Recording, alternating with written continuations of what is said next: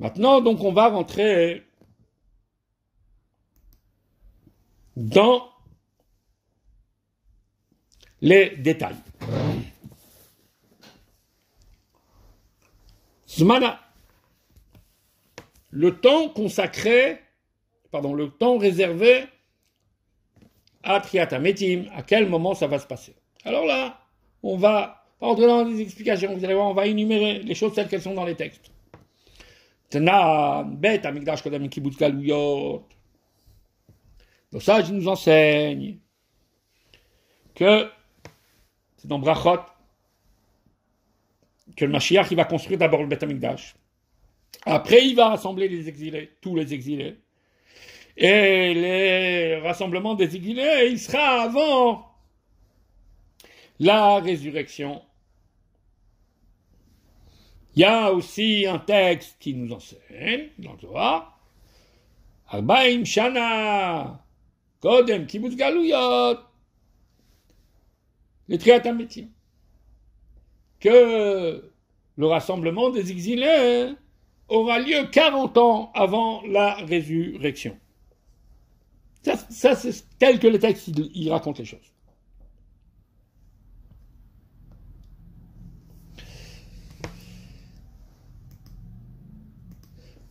Des sirotes que nous avons appris précédemment sur les différentes phases, les différentes périodes, on voit qu'en fait, ces normes-là, elles ne sont pas dans des scénarios que l'on appelle Achishena. Si nous, on mérite, et que Dieu, il lance le processus plus rapide.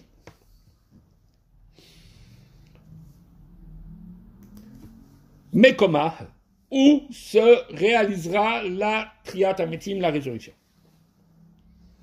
Alors il te dit,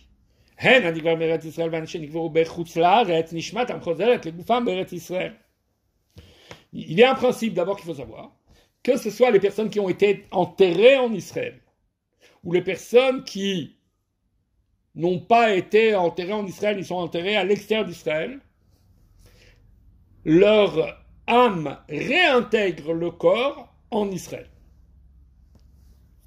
Ou minan minala, et d'où je sais ça, dans page 111 du traité de Troutbot, Amarabe Lazar, Meitim shebechutz laaretz enam chayim, sheneemar venatati tzvi baaretz, be'eretz chayim, eretz tzivyon ba metei achayim, ve'en tzivyon ba en metei achayim. Il y a une phrase qui est dite dans Ktubot, qui dit que Rabbi Elazar il dit que les morts qui sont à l'extérieur d'Israël, ils ne vont pas revivre. Parce qu'il est marqué, Venatati tzvi be'eretz chaim.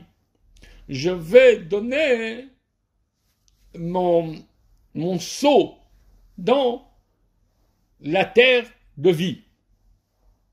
C'est-à-dire, mon sceau vital, il va se révéler sur la terre d'Israël. Ça veut dire quoi? Eretz etivion iba, la terre dans laquelle il y a mon sceau, c'est la terre d'Israël. Les morts, ils vont vivre. Les terres dans lesquelles il n'y a pas mon sceau, les morts ne vont pas revivre. Alors la Gemara demande, ou Rabbi Elazar, tzadikim shebechutz laaretz enam chayim. Qu'est-ce que tu veux me dire par là? Que d'après Rabbi Elazar, les tzadikim qui sont à l'extérieur d'Israël ne vont pas revivre?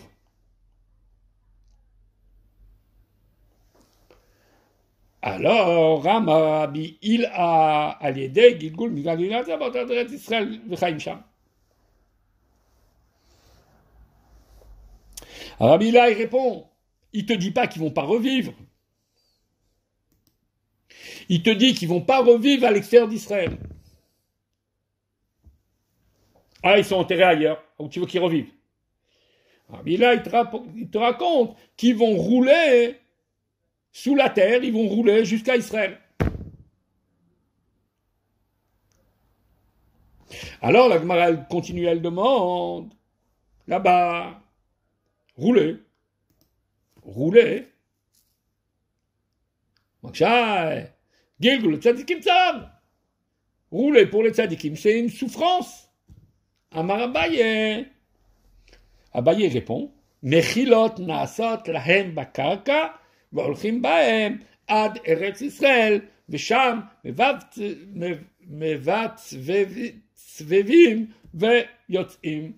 Voici qu'il y aura des tunnels qui seront créés que Dieu créera entre les cimetières du monde et Eretz Israël, et ils vont...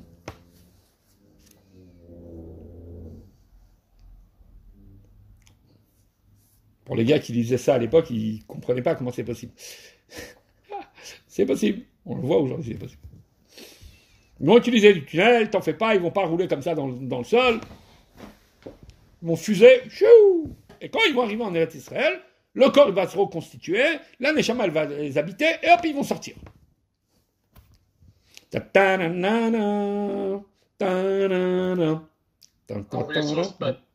Hein? En vaisseau spatial. Vehine. Oh, une capsule. Vehine. כיוון שגם צדיקים שנקברו בחוץ הארץ חיים, על כוחה צריך לומר, דלרבי אלעזר, לפי המסקנה, פירוש הכתוב, נתתי צבי הוא, שאינו מדבר במקום המיטה והגבורה. אלא במקום התחייה שתהיה דווקא בארץ ישראל. Puisque tu vois que la suite de la Gemara, elle dit comment ça se passe. De passe de ce scénario, il est clair que d'après Rabbi Elazar, ici, quand il donne le verset n'est pas contradictoire. Le verset, il te dit où les gens ils vont se réveiller, pas où les gens ils sont morts. Les gens, ils peuvent être morts où ils veulent et être enterrés où ils veulent. Où ils peuvent, disons. Mais ici, on te dit que c'est en Eretz Israël qu'ils vont se le relever. Regarde, comme j'ai appris l'Eretz Israël, à l'idée Mechilot, ils créent Meitim chez l'Eretz Israël. Et bien sûr que ceux qui vont arriver sous la terre de Chutz La'aretz en Eretz Israël, ils sont appelés les morts d'Israël. Kevan shaneshama nitna begufam rak lachar shenizavtezim be'eretz Israël orthodoxe kalma. Puisque leur neshama, comme on va le voir après, elle vient s'investir en eux qu'une fois qu'ils sont arrivés. C'est pas en étant vivants qu'ils vont venir sous la terre. Non, leur corps, il va se reconstituer d'Afrique en Eretz Israël. On va voir ça après. Puisqu'il en est ainsi, donc de là on en découle qu'a priori il n'y a pas vraiment de différence où la personne elle est enterrée pour qu'elle puisse jouir de la résurrection.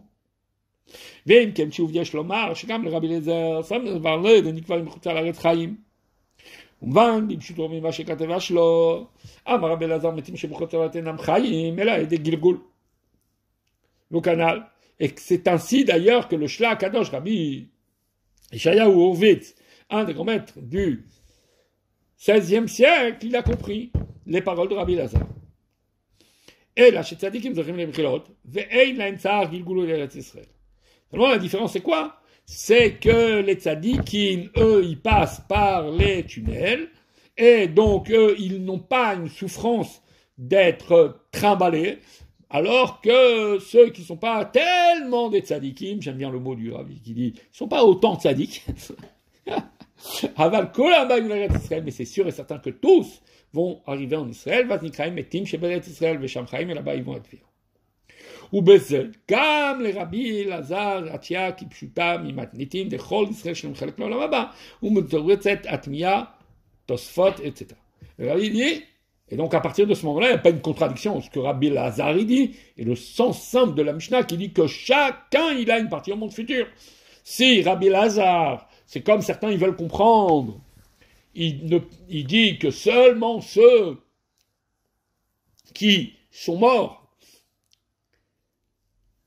ceux qui sont morts et enterrés en Israël, si c'est comme certains voudraient comprendre, que Rabbi Elazar il dirait c'est ceux qui sont morts et enterrés en Israël qui se relèveront, alors ça colle pas avec la Mishnah qui dit que tout le monde, et elle te dit pas tout le monde sauf ceux qui sont enterrés dehors. N'est-ce pas? C'est clair? C'est simple. והנה רבי אבא בר ממל בכתובות פליג רבי אלעזר ואומר אשר גם בחוץ לארץ יקומו לתחייה. אבל כיוון שקבע המוראים בסוגיה זו, סבר לקרבי אלעזר, או שהכלל ותקרא ליבה, שמע מינה שהלכה כמותו, כידוע בכללי הש"ס. il y a là-bas, il y a un avis qui dit, c'est l'avis de Rabbi Ava Bar Mamal, qui n'est pas d'accord avec Rabbi Elazar en disant, non, les morts qui sont en Chutz La'aretz, ils vont se lever en Chutz La'aretz.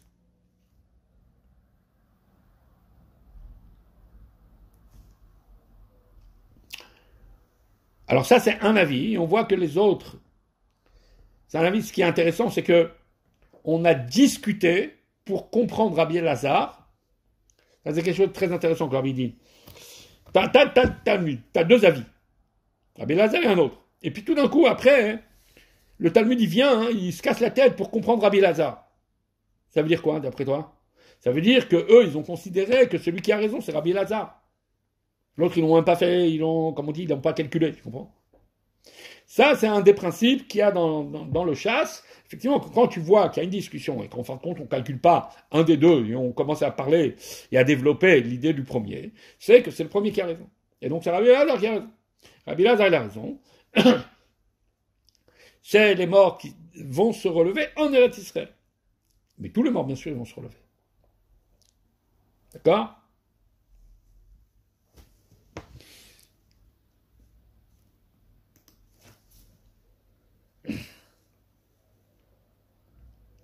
Maintenant, qui va se relever?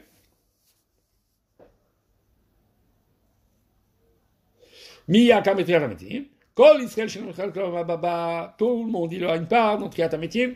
Et le Shem Lem Chelek Lomababa, Omer, Triat Hametim Min Torah. Et après, la Gemara, elle dit, sauf celui qui dirait que la résurrection, ça n'existe pas. Et donc là-bas, on commence à citer des exceptions. Rambam dans les lois de Tchouva, chapitre 3, il en parle. Mais, Real Dvarze, במחלקת תשובות וביאורים בקובץ זה, חוברת ו' זין, להלן, סימן למחלקת, לא אכפיל הדברים פה. Ça, c'est j'avais dit, mais ça, j'ai déjà expliqué dans une des lettres. J'avais dit qu'on avait déjà posé la question au Rabbi, et c'est le deuxième sujet que je vais aborder avec vous, où le Rabbi il veut prouver des textes, où il va prouver des textes du Talmud, c'est un des sujets qu'on va apprendre. Il va prouver des textes du Talmud qui, effectivement, c'est comme ça que ça sera, que chacun il aura une part et il n'y a pas d'exception possible. Mais ici, il ne veut pas redoubler puisqu'il a déjà développé. Il ne veut pas répéter la chose. Maintenant, quand sera-t-il? Partant du principe qu'une Neshama qui n'a pas fini son boulot, elle revient, elle est réincarnée dans un autre corps. Alors c'est lequel qui va se lever? Lequel corps qui va se lever? Ouais, Neshama, mais comme elle n'a pas fini le boulot alors on la renvoie encore sur terre. Alors quel Neshama va se lever?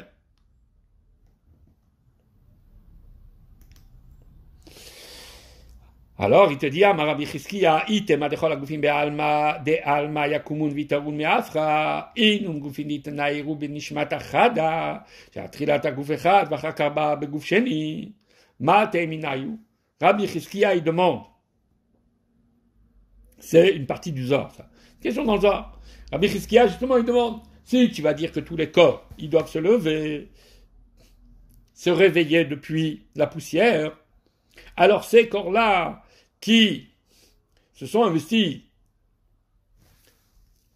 dans une âme, qui étaient investis une fois dans une âme, et après encore une fois, ils ont été investis et l'âme, elle a déjà été investie dans un autre corps.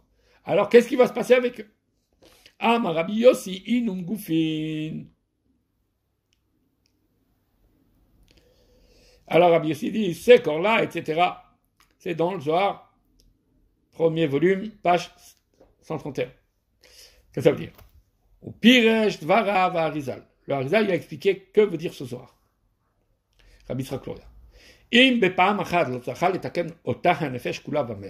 Si quelqu'un n'a pas, dans son existence, réussi à purifier, à sublimer entièrement son âme, et il est mort.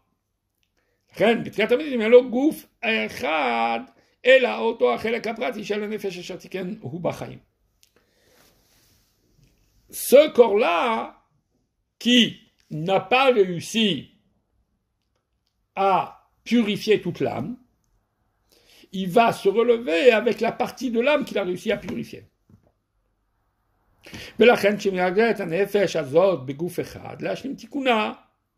Et après, quand cette même âme, elle va s'investir dans un autre corps pour compléter sa mission, alors les parties qui vont s'investir, s'incarner dans tel corps et tel corps, alors eux, ils vont, au moment de la résurrection, ils vont se lever avec le corps dans lequel ils ont été travaillés et purifiés.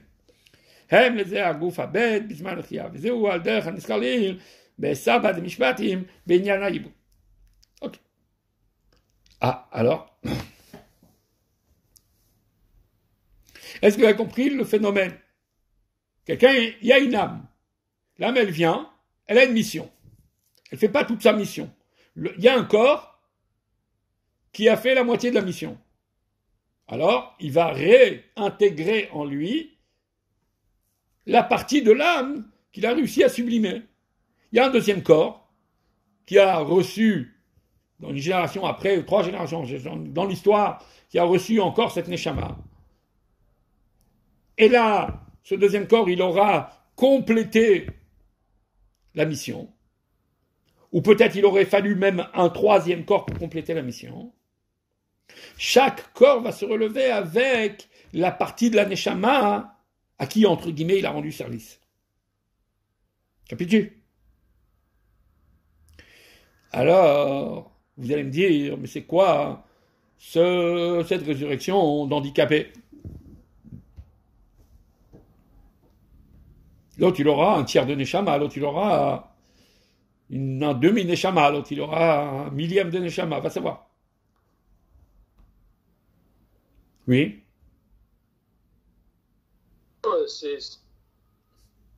Il y a un problème d'unité, il y a un problème d'ardoute. Alors, en vérité, la réponse est, regardez, c'est la question. Et tu ne peux pas demander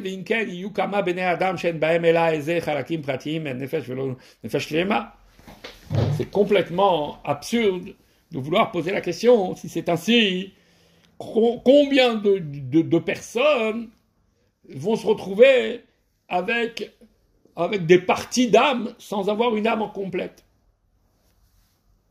Pourquoi c'est absurde?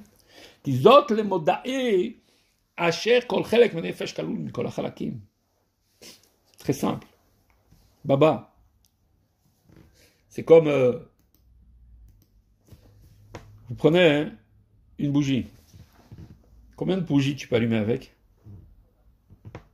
À l'infini. Tant que ta première bougie est encore allumée. Tu peux allumer, et allumer, et allumer, et allumer, et allumer, et allumer. Est-ce que un feu, il a enlevé de la première bougie? Est-ce qu'il va dire ici, tu as allumé 20 bougies, dans chaque bougie, il y a une 20e de la première bougie? Non, pas du tout. La Neshama, c'est une bougie.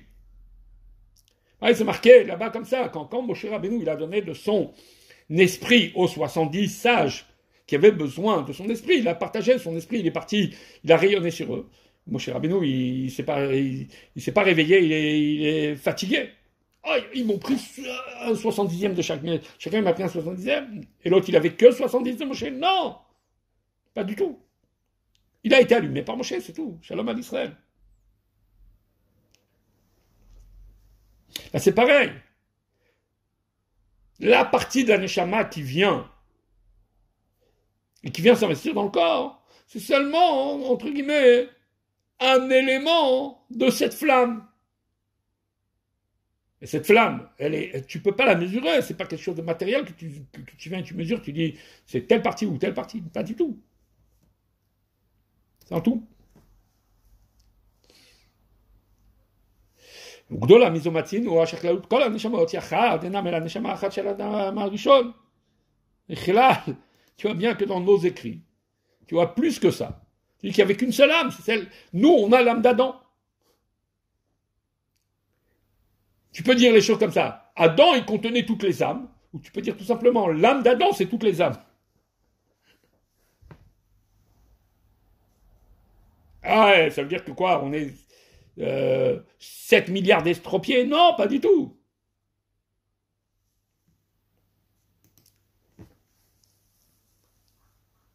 כמו במדרש עד שהאדם הראשון מוטל גולם, יראה לו הקדוש ברוך הוא כל צדיק וצדיק לעמוד ממנו יש שהוא תלוי בראשו של אדם ושהוא תלוי בשריו. תניא פרק ב' בפרק ל"ז איגרת הקודש סימן ז'. Rabbi rapporte plusieurs sources en disant, voilà, comme c'est marqué que alors qu'il était encore un bloc dans lequel on n'a pas encore du l'âme, Dieu lui a montré à ce bloc, il lui a montré son âme, il a dit, tu vois, ça va être ta tête, ça va être tes pieds, ça veut dire quoi? Ça va être ta tête, ça va être tes pieds, etc. Il y aura de ton âme plusieurs âmes, des âmes, des très grandes âmes, des petites âmes, des gens qui seront les têtes d'Israël, des gens qui seront les ouvriers d'Israël, les mains d'Israël, etc. Compris?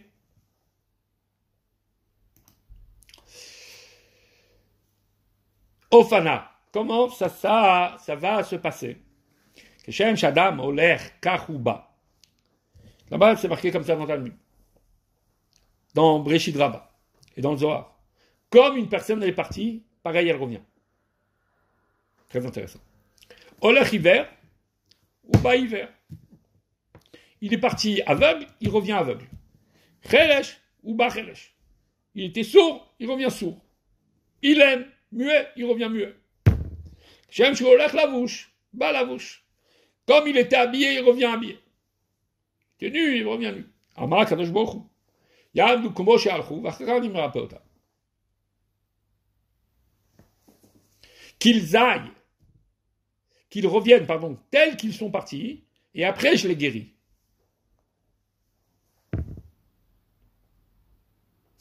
C'est quoi la suite?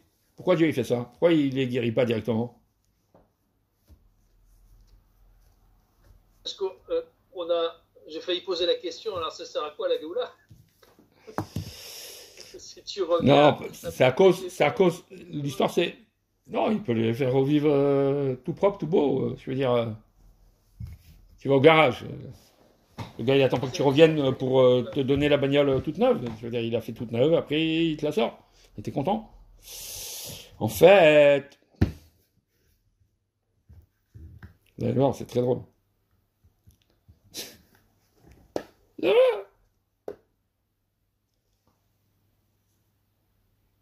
raconter d'abord une petite histoire. Il y avait un type qui était complètement opposé à la pensée du Baal Shem Tov.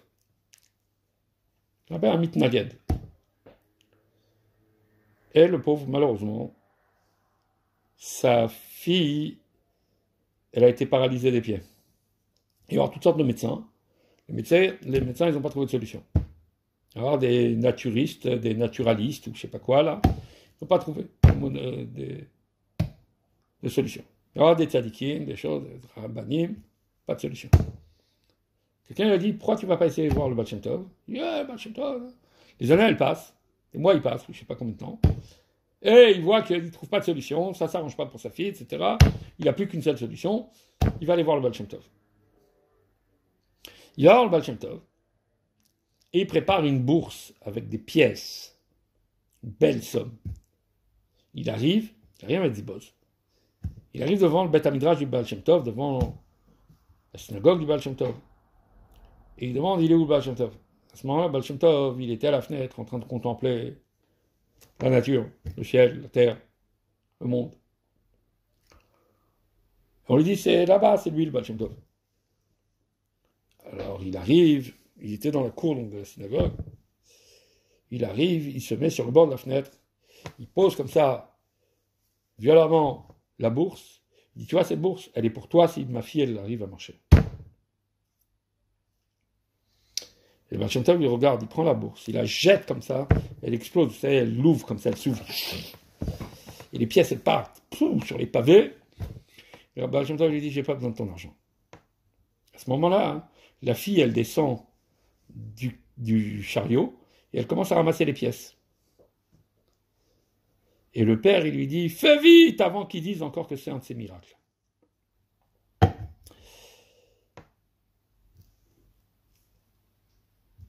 Et c'est à peu près comme ça, hein. L'histoire est comme ça. Que des sceptiques contemporains de Triat Hametim, ça pourrait encore exister. C'est bizarre ce midrash. Et les sceptiques, ils vont dire, c'est pas les mêmes. Moi, je connaissais. Simcha Ohayon, il était aveugle, c'est pas lui. Celui-là, il n'est pas aveugle. C'est pas possible, c'est pas lui. Il n'y a pas eu de résurrection. Dieu, il a créé des autres. Ah, que Dieu, il crée des autres déjà, boum, qui sortent comme ça de la terre. Pour eux, c'est pas étonnant. Mais qu'ils fassent revenir des autres, alors là, ils peuvent être encore sceptiques. Alors Dieu, qu'est-ce qu'il fait? Il fait repasser le process depuis le début.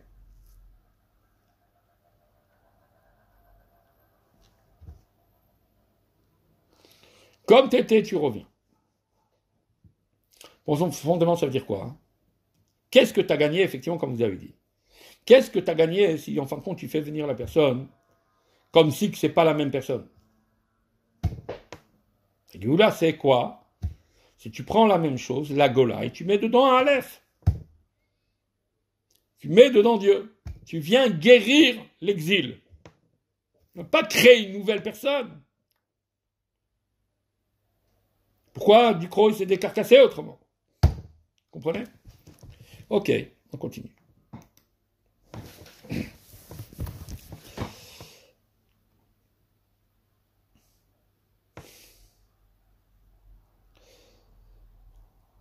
Pire ou cholère lavouche. Qu'est-ce que ça veut dire s'il est parti habillé? Tani Beshem Rabbi Natan. Qu'est-ce ou tayoredet imadam? La Sheol Iba Imo. Dans le Yerushalmi Ktubot, c'est marqué. Dans le Talmud de Jérusalem, traité de Ktubot, là-bas c'est marqué. L'habit, les vêtements avec lesquels l'homme il est descendu.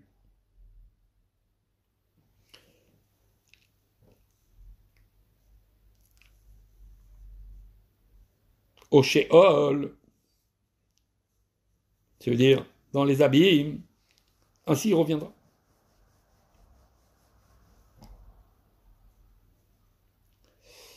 Ou le Fig Girzat à Tosfot, d'après Tosfot, page 111 de Ktubot, il semblerait qu'il y a une discussion, il y a un débat dans le Talmud sur ça.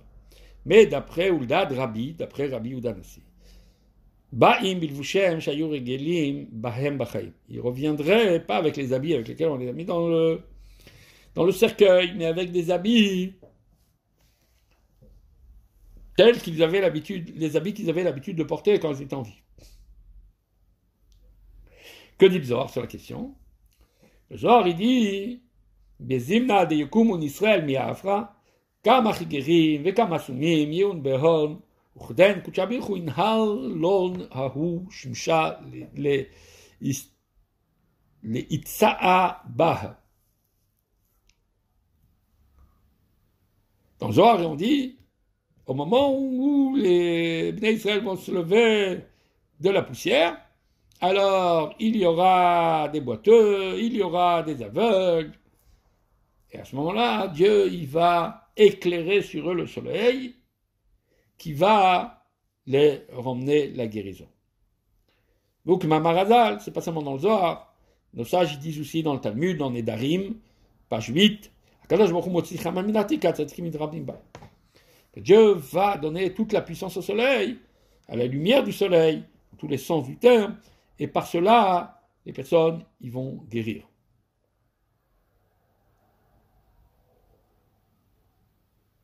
Ok.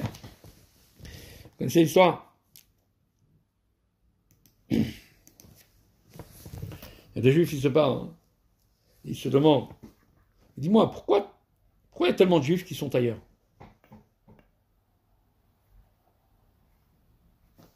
Pourquoi? Parce que, comme les juifs, ils croient à la résurrection, s'il y a un business, et ils croient que Mashiach il va venir bientôt, s'il y a un business, c'est bien de faire des costumes. Le nombre de gens qui vont se lever qu'il faudra habiller.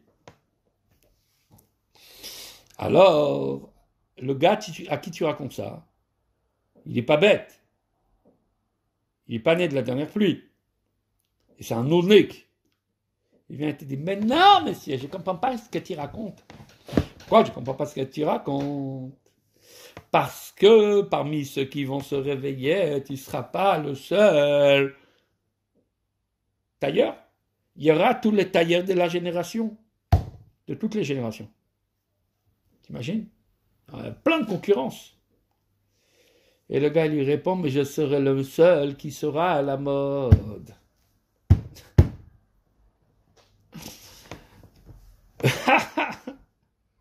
Ok, on continue. Sidra, comment ça se passe?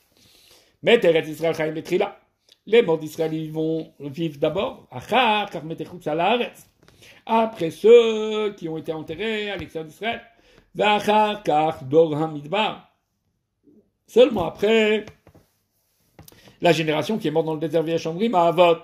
Et seulement après les patriarches. Ça, le Rabbi rapporte des sources, Yerushalmi, Ktubot, etc. Le Zohar. Rabbi Shimon Omer. Rabbi Shimon, il donne un autre ordre. Mais Teretz Israël Chantrila, les morts d'Israël, ils se relèvent d'abord. Pardon. Après les morts de l'extérieur d'Israël, et après, avant même Metemidbar, avant ceux du désert, ceux de Hebron. Vatam, כדי שיקיצו ויעוררו על שמחה בראותם ביניהם שקמו מקבריהם והארץ מלאה מכמה צדיקים וחסידים. C'est intéressant. T'aurais pu t'attendre que normalement les patriarches on les réveille en premier. Tu dis non, on les réveille en dernier. Pourquoi on les réveille en dernier? Belle chose. Comme ça, quand ils vont se réveiller, ils vont avoir le plaisir de voir toute la famille. Elle est pas belle? Oh, t'as vu tous nos descendants?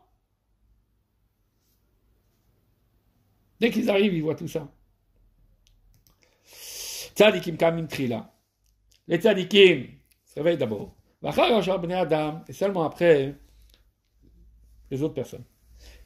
Parmi les autres personnes, Mare Torah vachakar Mare Mitzvot, ceux qui sont investis dans la Torah et seulement après ceux qui sont investis dans les mitzvot, c'est-à-dire les businessmen, etc.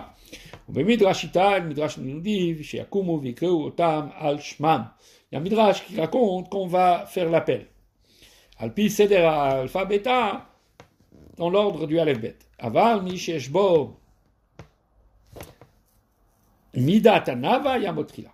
Mais, dit le midrash, celui qui est modeste, qui s'est jamais mis en avant, alors à ce moment-là, on va l'appeler en premier. Même si son nom, il est pas dans l'ordre. Ok. Maintenant, que va-t-il advenir des personnes qui sont déjà vivantes au moment où il y aura la résurrection? Katav Rabbeinu Saadia Gaon. Rabbi Saadia Gaon, dans son livre Emunot Vedeot, veut dire la foi et la conscience. Alors il dit, Bavo, Shakatov le dit, Velo Rabotenu Gno Kiblu, Beze Kabbalah, Nichlaku Baze. Le fait que ni la Torah, ni nos sages n'en ont parlé, alors il y a eu sur cela différentes positions. Il y a eu un débat. Ava la Taz Achinu Liglu Yazor. Alors ça, c'était à l'époque de Rabbi Saadia Gaon. Mais Rabbi Saadia Gaon, il n'a pas vu ce qui est marqué dans le Zohar.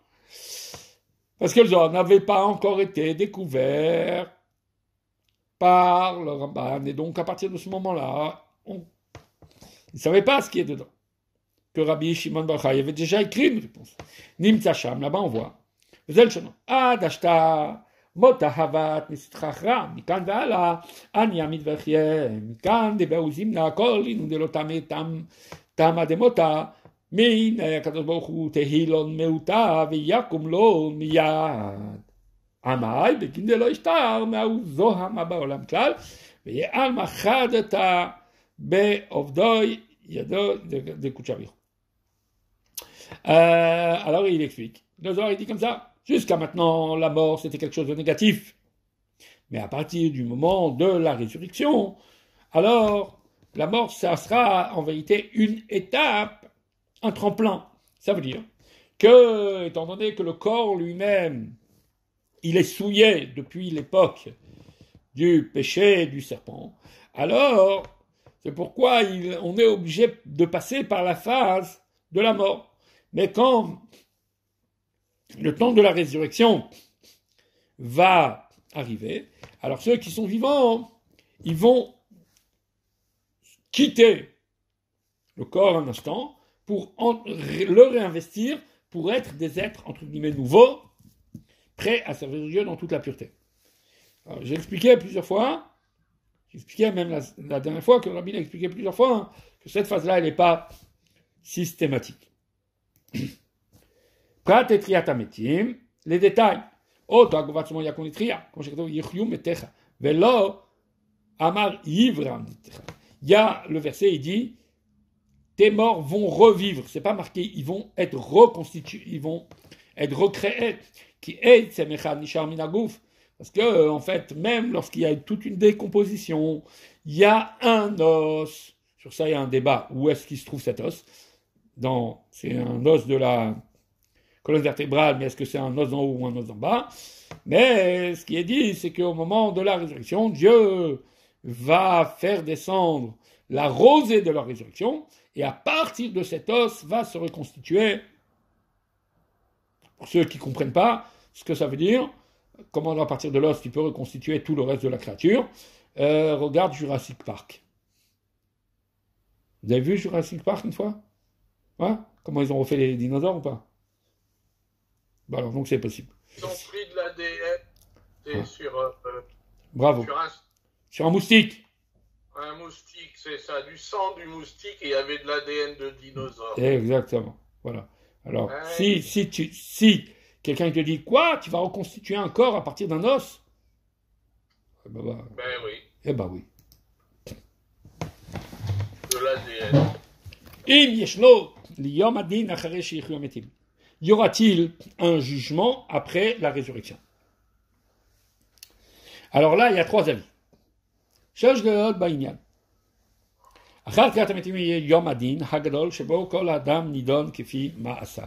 Nachmanide, il écrit, après la résurrection, alors là, il y aura le grand jugement sur lequel on rendra des comptes. Deuxième avis,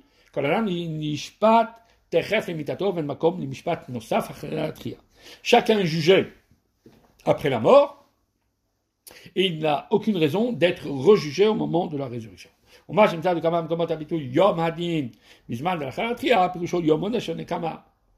Et lorsqu'on dit qu'au moment de la résurrection, Dieu, il y a un moment du grand jugement dans certains versets, comme ça dit le Abrabanel, un des grands maîtres du 15e siècle,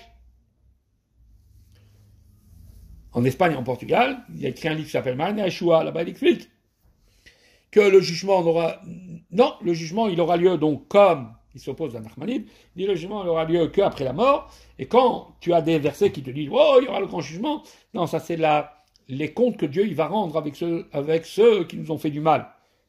On parle pas de... Après, troisième avis, c'est le avis de Hari Akadosh, Rabbi Yitzhak Luria. Vezel Shalom. Vim Tama Marshal Shavuot Kol HaNeshama Azot.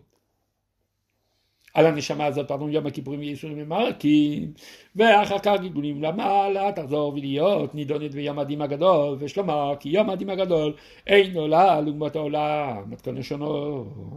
Il dit, mais attends une seconde, une neshama, comme on a vu mardi, elle a passé des Yom Kippour, elle a passé le pressing, elle a passé des épreuves. Alors, sur quoi tu veux qu'elle soit jugée? Il dit non, ici on parle de ceux qui n'ont pas eu ni Yom Kippour, ni les épreuves, ni nanana, c'est-à-dire les nations. Ceux qui vont être jugés après la résurrection. Où va Besefer Nishmat Chaim? Ma'amar, Mosif Azeh, Sefer Zeh. Et Tomar, Uma, Hiyu, Melu, Sheyamutu, Karov, Letria, Vadaim, Ayede Gilgulam, O Yisurim, Lo Kiblu, Ansham, Shevshadi, Noten, She, Tachat Azman, Aroch, של משפטם יקבלו עונש כל כך עצום ומופלג בזמן קצר שאיכות העונש תחת כמות הזמן. Si tu dis que normalement une neshama elle a besoin genre de prendre le Kaddish pendant un an, pendant 11 mois, parce que justement c'est le temps où la neshama elle a besoin de passer entre guillemets le pressing etc. pour être totalement pure, pour entrer au Gan Eden. Une neshama qui vient de mourir, comment elle va atteindre sa purification au moment de la résurrection? Le gars, il va se relever, il dit « Ah, attendez, j'ai pas fini. Il y a encore des tâches. » On dit « T'en fais pas. » Le laps de temps qu'il y aura là, le petit laps de temps, il y aura assez d'énergie pour pouvoir complètement le mettre comme il faut.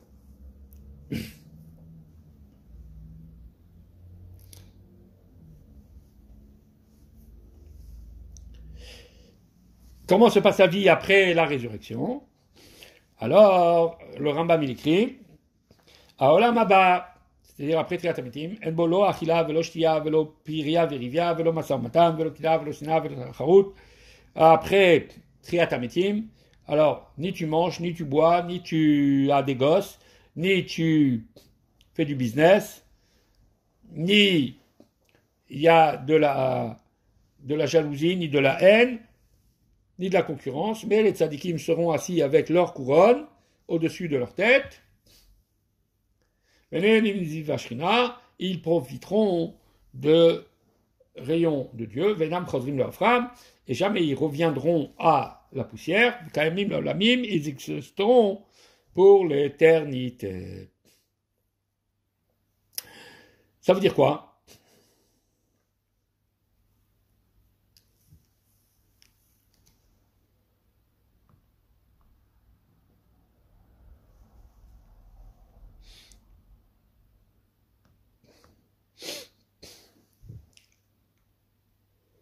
Ça veut dire quoi?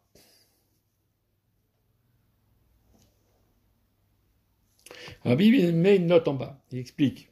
Est-ce que ça veut dire par là que ni on mange, ni on boit, ni on aura alors de vie matérielle? Ça paraît bizarre.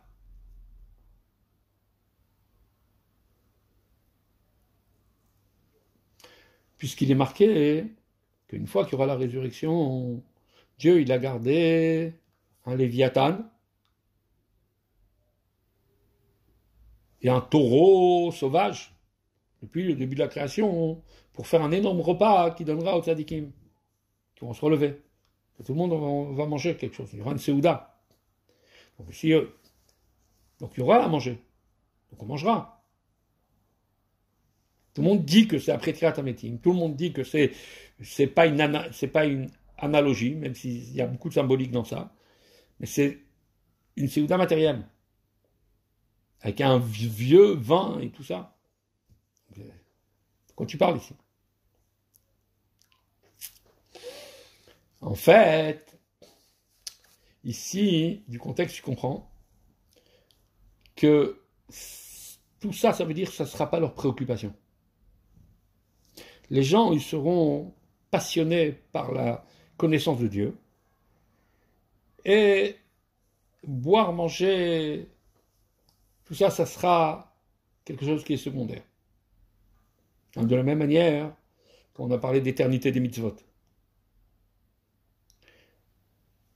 Et après, on t'a dit d'un autre côté que, tu sais, les fêtes, elles vont disparaître, mais que Purim, il va rester, on te dit dans ce genre-là. Mais comment elles vont disparaître? À Purim. Ça veut dire, en vérité, elles ne vont pas disparaître. Ça veut dire que par rapport à la lumière de ce que tu auras célébré par la Géoula, entre guillemets, il n'y a que des fêtes comme Purim ou Hanouka qui auront encore leur place. C'est-à-dire, ah oui, c'est un peu comparable à la Géoula. Mais les autres, en quoi c'est tellement comparable à la Géoula? Donc elles auront, si on peut dire, elles vont prendre moins d'ampleur, moins de puissance, moins de... Mais bien sûr qu'elles seront toujours là. On va développer encore un petit peu au début du cours de la semaine prochaine ce point, et on va s'arrêter là pour aujourd'hui.